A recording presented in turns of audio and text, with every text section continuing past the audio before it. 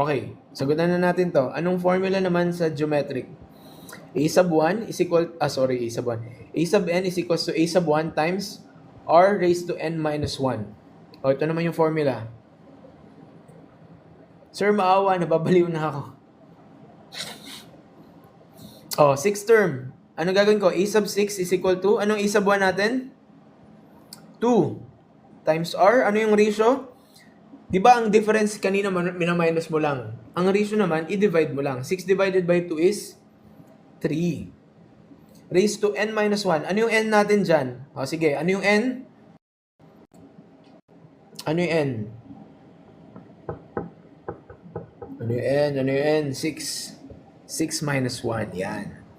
So, 2 times 3 raised to 5. O, ano ang 3 raised to 5? 3 times 3, 9 times 3, 27 times 3, ano yun? 81 times 3, 243. So, 2 times 243. Tama ba?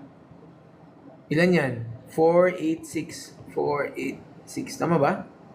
O, yung letter D.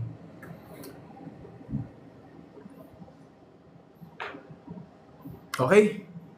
Madali lang, di ba? Mas madali na lang yan.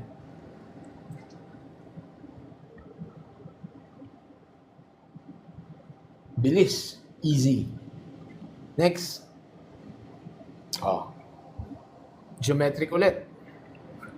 Halimbawa yan, hindi niya sinabi dun sa problem na geometric yung gagamitin. Ano yung mga keywords na tatandaan nyo para malamang geometric yan? Sige nga. Pa-screenshot? Bawal.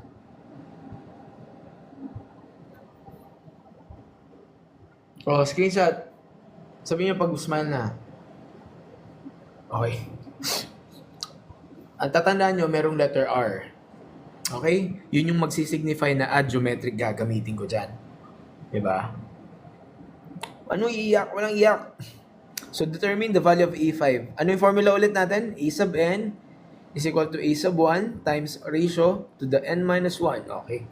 O, format ulit. Hinahanap is A sub 5. O, di ilagay ko A sub 5. Yan, nakita nyo ha, yung n ay 5. So, mamaya, yung n dyan, dapat 5 din yan. Anong A sub 1? 5. Times R. Ano yung R? Sabi, 2. So, 2 raised to n, which is 5. Minus 1. O, di easy lang. 5 times 2 raised to 5 minus 1, 4. 2 times 2, 4 times 2, 8 times 2, 16. 5 times 16, the answer is 80. Letter C. O, tingnan nyo, hindi na letter A sagot. Nakuha ba? Naiintindihan nyo na ba yung sequence? Di ba? Madali lang siya eh. Sa ulo nyo lang dapat yung formula. Hoy, sinisi mo pa yung C for Christ ah. Oh. So kanina, kinuha natin yung, di ba nag-sum tayo ng arithmetic? So meron ding sum ang geometric. So kailangan nyo ulit ng isa pang formula. Pag ang sum naman, pagdating sa geometric, ano namang formula? Oh, ito. Kailangan nyo lang ulit magsaulo. A sub 1 raised times R raised to n minus 1 over R minus 1. Pasensya na, pero kailangan nyo magsaulo. Balik na tayo sa DC, sir. A sub 1 raised to R to the n minus 1 over R minus 1. Okay. Find the sum of the first 8 terms. Dahil 8 terms lang naman yan, wala. Okay, hindi na kailangan mag-solve ng last term. Unlike dun sa arithmetic kanina, di ba? First term, last term. So, anong sum? A sub 1, anong A sub 1 natin? 3. Hindi pala masaya sa TikTok. Ano yung ratio? O, anong ratio na? 3, 6, 12. Anong times? 2, di ba? So, 2 raised to n. Ano yung n? Ano yung n na gagamitin? Ang n, always number of terms. So, 2 raised to 8 minus 1. All over. Ano yung r? Huwag kayong malilito ha. Tandaan nyo sa formula r minus 1, hindi n minus 1. r minus 1. Yung R ulit, 8 ulit. Ay, R, sorry, 8 ulit. Ang R natin ay 2 minus 1. Okay, simplify. 3 times 2 to the 8. Ano ang 2 to the 8? Hirap naman.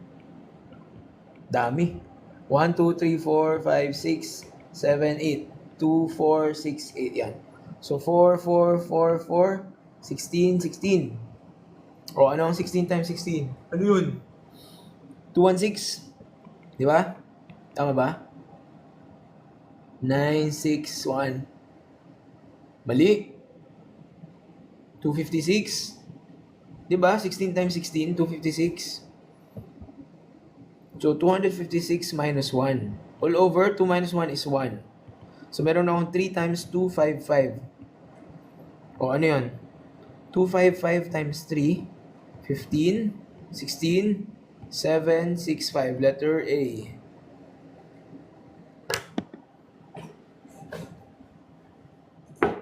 Diba, hindi nyo naman kailangan ng calculator sa UBCA. Basta sa ulo mo yung mga formula, okay na yan. May mga problems na concept yung sasauluhin mo, let's say yung word problems. May mga instances na, eto, kailangan mo ng formula lang din talaga. Gusto niyo letter A ulit, no? Ayan, letter A. Okay, eto na yung last ng geometric sequence. So tandaan, dalawa din yung formula natin sa di ba? Sa geometric sequence. Yung isa, yung paghahanap ng term which is a sub 1 r raised to n minus 1. Pero pag sum, ito yon. Okay? Tapos dun sa arithmetic kanina, may dalawa din, di ba? Ayan. Okay?